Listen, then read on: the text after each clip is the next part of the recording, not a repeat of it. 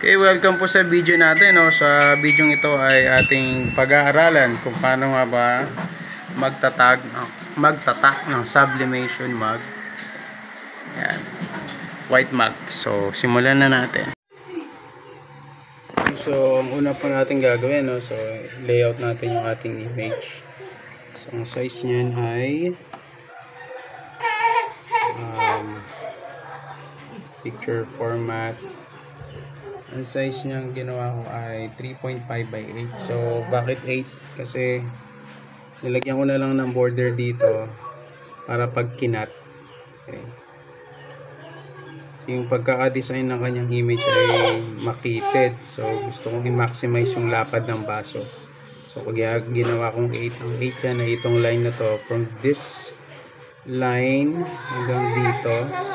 So, yan yung 8. So, pag kinat yan, yan yung cut line niya. So, kakat yung line niya, mawawala yung line niya. Papasok pa rin siya sa ng baso. Hindi siya sagad-sagaran, kumbaga. So, next po, ipiprint na natin yung image. So, ito gagamitin natin. A4 QAP sublimation paper. 210 by 297 mm or millimeter. 100 GSM. Contents niya 100 sheets. So, as for the printer, ito ang ating printer, Epson L120 sublimation ink. So kakarga na po natin yung ating sublimation paper. So ang print side niya po yung puti, yung medyo blue, so hindi kita sa camera, pero sa actual medyo blue, yun yung nasa likod. So ang salang yan, yung mas maputing side, ganyan siya. Ayan. So again, ito yung maputi, sa likod yung blue, kasi dito magpiprint ang Epson natin or ang printer. Okay, so yan, tayo sa printer natin. So, file, then print, pili ka ng printer, offline si 120, hanap tayo ng online. Okay. Siyempre, hindi mo mahanap yan kung hindi nakasaksak yung USB cable mo, no, sa port. Ayan. So, ayan. Kaya hindi siya nagre-recognize kanina. Okay, so ready na siya. So, let's go to properties. Okay, plain papers. More settings. Okay, pwede natin itodo na yung high niya. Okay na. Then, more options. High speed. So, pwede natin i-disable yan kasi baka masira yung print head natin. Mirror image. Okay. Then page number, page 1. Okay. Siguro din yung ma-enter yung page number dyan. Then print. Yeah. Okay. Printing na po siya. Okay, so ito na yung ating printout. So pansin nyo, no, kinain na yung border dito sa gilid na to. Okay, yan yung epekto ng mirror. Okay, mirror print, naka wrong read siya. Kasi kapag sinablimate mo sa baso yan, ganyan siya. Ayan, so ang magiging basa na sa kanya, ganyan siya, Batman. Okay, so yun ang logic ng mirror print. So ayan, naka high settings yan. So ang next step nito ay gupitin natin yan, kakat natin, pipaste natin sa baso gamit ang thermal tape, then planchain na natin, pe-press na. Okay, done na po tayo sa printing. So ayan po, binago ko lang yung layout, no, kasi ito yung una, no, medyo distorted si Batman, no, kasi hindi ako satisfied, kaya ni-relayout ko siya. So, okay na yan. Proportion na yung mga images natin.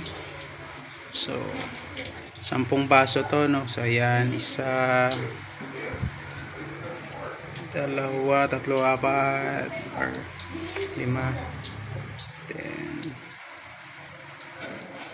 Okay. And ito pa. So press na natin. Okay, ito po yung setup ng ating mug press. So ano po kasi ito, no, 6-in-1. So ito yung mug press mode niya. So ayan, ito na yung ating white mugs. Okay, coated siya ng sublimation. So una mong gagawin ay testingin mo kung sakto na ba yung higpit ng iyong mug press. So lalagyan mo lang siya dyan. Kasi bababa mo itong lever. Yan. So pansin nyo naman yan, mahigpit na. Umuuga siya mismo. Mahigpit na yan. So kung sakaling maluwag, pipihitin nyo lang ito. Clockwise, bababa na siya. Counterclockwise, tataas. Ayan. Okay. So, set na natin ang temperature. On. So, on natin. Press mo yung set. Okay, adjust natin yung temperature natin sa 200.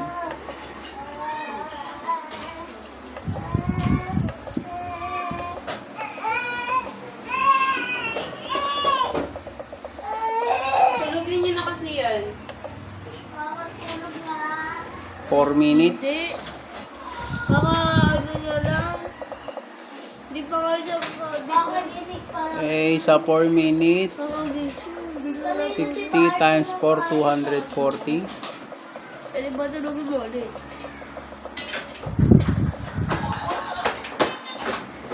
Okay na. Okay, setting po natin 200 degrees Celsius for 4 minutes. So 6 times 4 ay 24. So 240 seconds. Yun po pala ang ating settings. Okay. Okay, so habang inaantay natin yung temperature, dikit muna natin yung design natin. So ayan siya. Ginupit ko siya kasi kailangan nating masentro yung design pag ginawa ka ng ganyan. Okay. Okay, ayan. So pag hawak mo ganyan, kailangan natin masentro yung design. So kaya ginupit ko na lang ng kaiwalay. So ganyan lang siya. Okay. Ayan. Ayan, sentro na. Tapos lagyan natin ng thermal tape.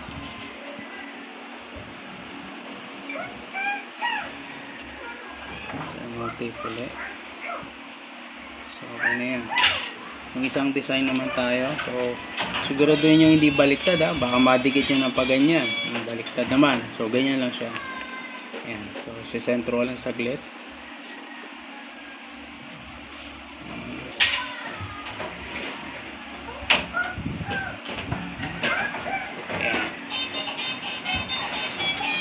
Tape.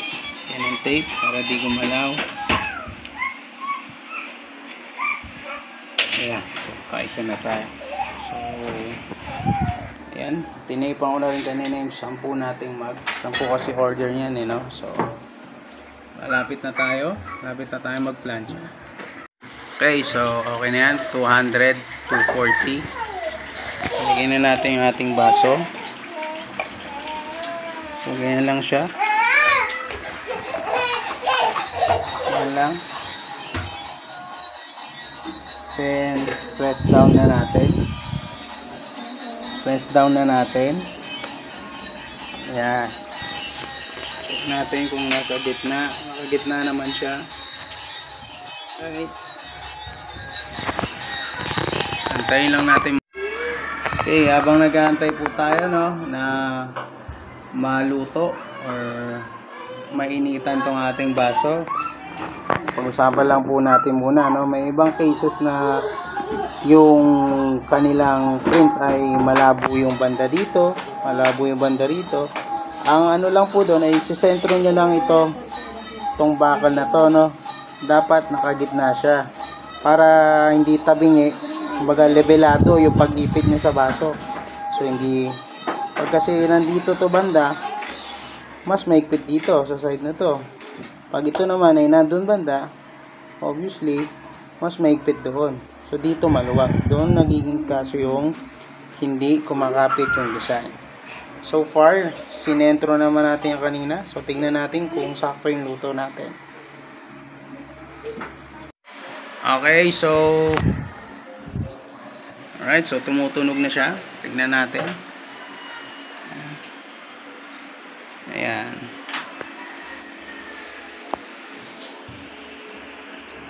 Okay, ayan, tumutunog na. So tingnan natin yung ating,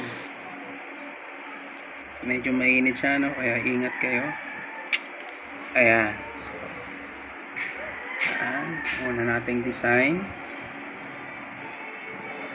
Pagkakaluto, kabila. Init po talaga yan, no? So, alisin na natin yan. Okay. Papasok. Ayan. So, ayan po. Mommy Scarlett. Right? So, it's mug number 1. Yung kabila. Tapusin pa natin yung ibang mugs.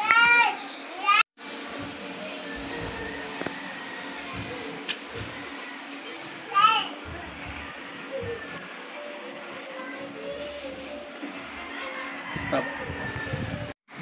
Okay, so ito na po yung ating finished product. So si Darna, yan, Scarlett Hope. Yan. Yan. So, ito po yung design niya sa likod. Pare-parehas lang naman yan. So yan. Ayan sa harap. Si Darna. Okay, so yun lang po para sa ating video. Maraming salamat. Nawa ay may natutunan.